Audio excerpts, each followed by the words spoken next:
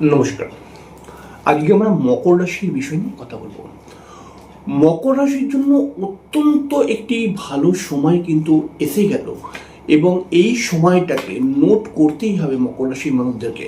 কারণ এই সময়টা মকর রাশির মানুষরা কিন্তু বিশেষ বিশেষ কিছু অ্যাচিভমেন্ট মকর রাশির জীবনে আসবেই আসবে। তাহলে কি সময়? সময়টা হচ্ছে শনিদেবকে নিয়ে। দেখুন, শনিদেব এখন আমরা সবাই জানি মীন রাশির মধ্যে অবস্থান করছে। মীন রাশির মধ্যে তিনটি নক্ষত্র রয়েছে, একটি পূর্ব ভাদ্রপদ, একটি উত্তর ভাদ্রপদ এবং একটি রেবতী। শনিদেব 20শে জানুয়ারি থেকে 17ই মে অবধি উত্তর ভাদ্রপদ নক্ষত্রে থাকবে। এই নক্ষত্রটি শনিদেবের নিজের নক্ষত্র এবং এই নক্ষত্রে শনিদেব আসছেন 27 বছর পর। উত্তর ভাদ্রপদ নক্ষত্রে শনিদেব 20 জানুয়ারি থেকে চলে আসলেও এই নক্ষত্রের আসল ফল কিন্তু মার্চ মাসের অর্থাৎ 1 মার্চ থেকে আলটিমেটলি পাওয়া যাবে। তাহলে আমরা দেখতে পাবো মকর রাশির মানুষরা এই 1 মার্চ থেকে 17ই মের মধ্যে অনেকগুলি শুভ ঘটনা মকর রাশির জীবনে ঘটবেই ঘটবে। মকর রাশি একটি শনির নিজস্ব রাশি এবং শনিদেব এই বর্তমান সময়ে নিজের নক্ষত্রে রয়েছে মকর রাশির ঠিক তৃতীয় ঘরের মধ্যে। এর ফলে মকর রাশির মানুষরা কিন্তু অনেকটাই স্বস্তির নিঃশ্বাস ফেলতে পারবেন 1 মার্চ থেকে আর 17ই মের মধ্যে। মকর রাশির মানুষ যদি আপনি হন এবং আপনি পুরুষ হতে পারেন বা মহিলা হতে পারেন, আপনার জীবনের বহু সমস্যাকে কাটিয়ে দেবেই দেবে এই শনিদেব। এই শনিদেব নিজের নক্ষত্রে কিন্তু অত্যন্ত উৎকৃষ্ট ফল দেয় এবং উত্তর ভাদ্রপদ নক্ষত্র নিজেই একটি অত্যন্ত শুভ নক্ষত্র। এই নক্ষত্রে শনিদেবকে থাকার ফলে মকর রাশির মানুষদের কর্মকেন্দ্রিক যদি কোনো সমস্যা থেকে থাকে সেই সমস্যা আলটিমেটলি কাটবে। যে সমস্ত মকর রাশির মানুষরা নতুন কর্মপ্রাপ্তির জন্য চেষ্টা করছেন বা যে সমস্ত মকর রাশির মানুষেরা কর্মকে কেন্দ্র করে কোনো সমস্যার মধ্যে ভুগছেন, সেই সমস্ত মকর রাশির জীবনে কিন্তু আমূল পরিবর্তন আমরা দেখতেই পাবো। এবং মকর রাশির সামান্য একটু চেষ্টা, মকর রাশি যদি একটু বুদ্ধি খাটিয়ে চলে তাহলে পারে কিন্তু মকর রাশি নিজের জীবনের কর্মকেন্দ্রিক সমস্যা থেকে বেরিয়ে আসতে পারবে। এছাড়াও 1 মার্চ থেকে 17ই মের মধ্যে এই সময়টার মধ্যে আমরা দেখতে পাবো মকর রাশির মানুষরা যদি কোনো জমি কিনতে চায়, কোনো ফ্ল্যাট কিনতে চায় বা কোনো গাড়ি কিনতে চায়, বিবাহের জন্য বেশ কিছুটা শুভ একটা বলা যেতে পারে। এই সময়ের মধ্যে কিন্তু আপনার একটা প্রাপ্তি হবার সম্ভাবনা থাকবেই থাকবে। এই সময়ের মধ্যে আপনার কিন্তু প্রাপ্তি হতে পারে এবং এই সময়ের মধ্যে কিন্তু আপনি নিজের সমস্যা থেকে বেরিয়ে আসার জন্য কিছু পদক্ষেপ গ্রহণ করবেন এবং সেই পদক্ষেপগুলো আপনাকে শুভ ফল দেবেই দেবে।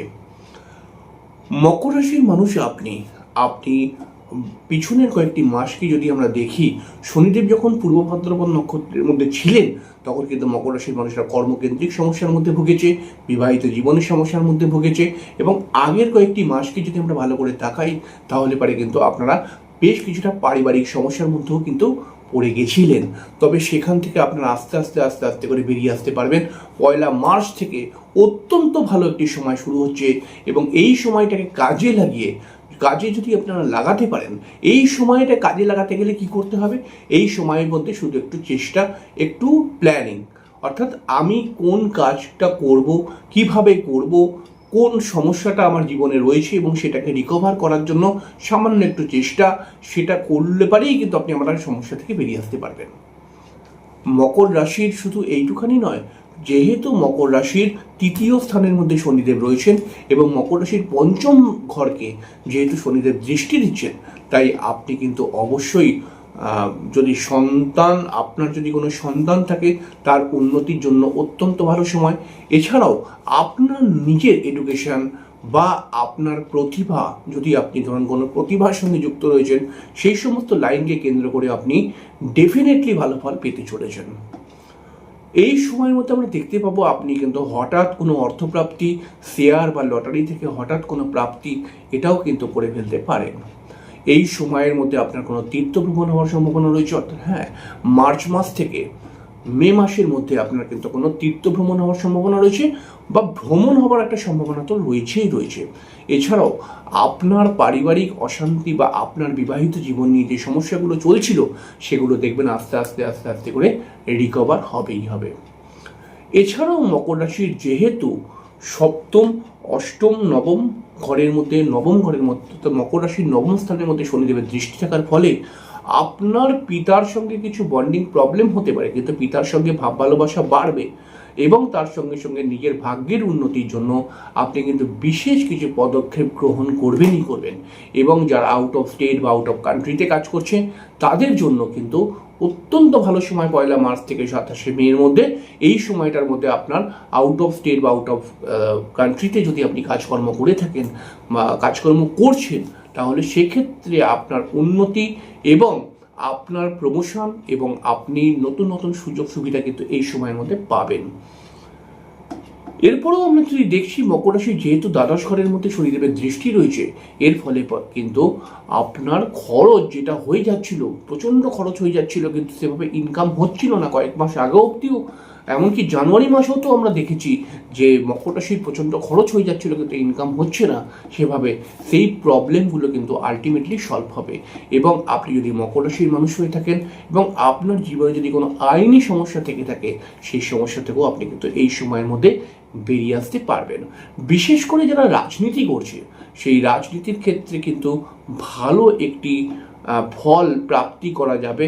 অর্থাৎ মকর রাশির মানুষরা যারা রাজনীতি করছে, তাদের রাজনীতি থেকে কিন্তু একটা ভালো অ্যাচিভমেন্ট ক্রিয়েট হতে চলেছে সামনেই। আপনি যদি মকর রাশির মানুষ হন, দেখুন আপনার জন্মছকের শনিদেবের অবস্থানকে দেখে আলটিমেটলি আপনি কতটা লাভ পেতে চলেছেন বা কতটা লাভ পাবেন এটা বোঝা যায়। অর্থাৎ আপনি আপনার জন্মছকের মধ্যে শনিদেবের অবস্থান কি পরিমাণে রয়েছে বা কত ডিগ্রিতে রয়েছে বা কোন স্থানে শনিদেব অবস্থান করছে, তার উপরেই নির্ভর করে কিন্তু আপনি কতটা লাভ পাবেন। কিন্তু লাভ তো কমসে কম আপনি পাবেন কিছু না কিছু। মকর রাশির মানুষদের ক্ষেত্রে আমরা দেখতে পাচ্ছি, যেহেতু মকর রাশির 3য় স্থানের মধ্যে শনিদেব রয়েছে, সেই কারণে কিন্তু আপনার নতুন নতুন যোগাযোগ বৃদ্ধি পাবে। কর্মকেন্দ্রিক যোগাযোগটা কিন্তু বিশেষভাবে বৃদ্ধি পাওয়ার কথা। এটা মার্চ থেকে 17 মের মধ্যে হবেই হবে। এবং তার সঙ্গে সঙ্গে কিন্তু আপনি দেখবেন যে আপনি নিজের সমস্যা থেকে বেরিয়ে আসার জন্য আপনি নিজেই প্রচেষ্টা করবেন এবং সেখান থেকে বেরিয়েও আসতে পারবেন। মকর রাশির মানুষ আপনি সত্যি বাস্তববাদী মানুষ, আপনি যথেষ্ট সাহসী মানুষ, আপনি যথেষ্ট মিশুকে মানুষ এবং আপনি কিন্তু স্টেট কার্ড কথা বলতে ভালোবাসেন। অবশ্যই এই গুণগুলো সত্যিকারই ভালো গুণ। তবে মকর রাশির মানুষ আপনি কিন্তু অনেক কিছু ভাবেন, কিন্তু সেটাকে স্টে করতে পারেন না। অর্থাৎ আজকে ভাবলেন, কালকে ভাবলেন, কিন্তু পরশু দিন আবার ভুলে গেলেন। এরকম করলে পারে কিন্তু চলবে না। আপনি যদি কংক্রিট অর্থাৎ সঠিক সিদ্ধান্ত নেন, তার মানে যেটা করব তো করবই, এরকম সিদ্ধান্ত নিতে পারেন, তাহলে পারে কিন্তু সামনের দিনটা আপনার জন্য অত্যন্ত শুভ হতে চলেছে। মকর রাশির আপনি পুরুষ হন বা মহিলা হন, আপনার কর্মকেন্দ্রিক সমস্যা তো আলটিমেটলি কাটবে। এছাড়াও যে সমস্ত মকর রাশির মহিলারা তাদের বিবাহিত জীবনকে কেন্দ্র করে কোনো সমস্যা চলছে, বিশেষ করে মহিলাদের ক্ষেত্রে, তাদের ক্ষেত্রে কিন্তু সমস্যাটা খুব তাড়াতাড়ি রিকভার হওয়ার সম্ভাবনা বৃদ্ধি পাচ্ছে। আপনাকে শুধু দুটো কাজ করতে হবে। আপনি যদি মকর রাশির মানুষ হন, আপনি প্রথমে একটা ভাবনা চিন্তা করুন যে আপনি এই সময়টাকে কিভাবে কাজে লাগাবেন। আর একবার খালি আপনার এলাকার কোনো জ্যোতিষীকে দিয়ে আপনার ছকটাকে বিচার করিয়ে একটুখানি দেখে নিন যে শনিদেবের পজিশনটা কি হয়ে রয়েছে, কতটা বেশি আপনাকে আপনার সমস্যা থেকে বেরিয়ে আসার জন্য কতটা বেশি পরিশ্রম করতে হবে। এইটুখানি দেখেই আপনি কিন্তু সেইভাবে যদি প্রস্তুতি দিতে পারেন এই সময়টার মধ্যে, এই সময়টা আপনাকে লাভ দেবে।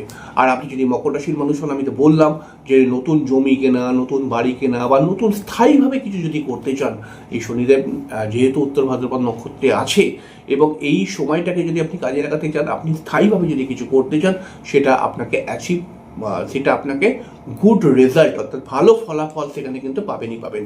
এবং আপনার জমি জায়গা সংক্রান্ত বা সম্পত্তি রিলেটেড কোনো সমস্যা থাকলে পারে, সেই সমস্যাও কিন্তু আলটিমেটলি কেটে যাবে এই সময়ের মধ্যে।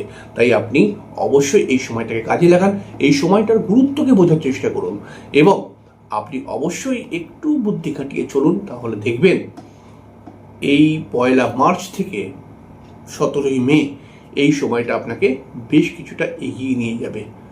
যাই হোক, খুব সামান্য করে বললাম, পরের দিন আরেকটি অনুষ্ঠান নিয়ে চলে আসবো। ততক্ষণের জন্য নমস্কার, অনেক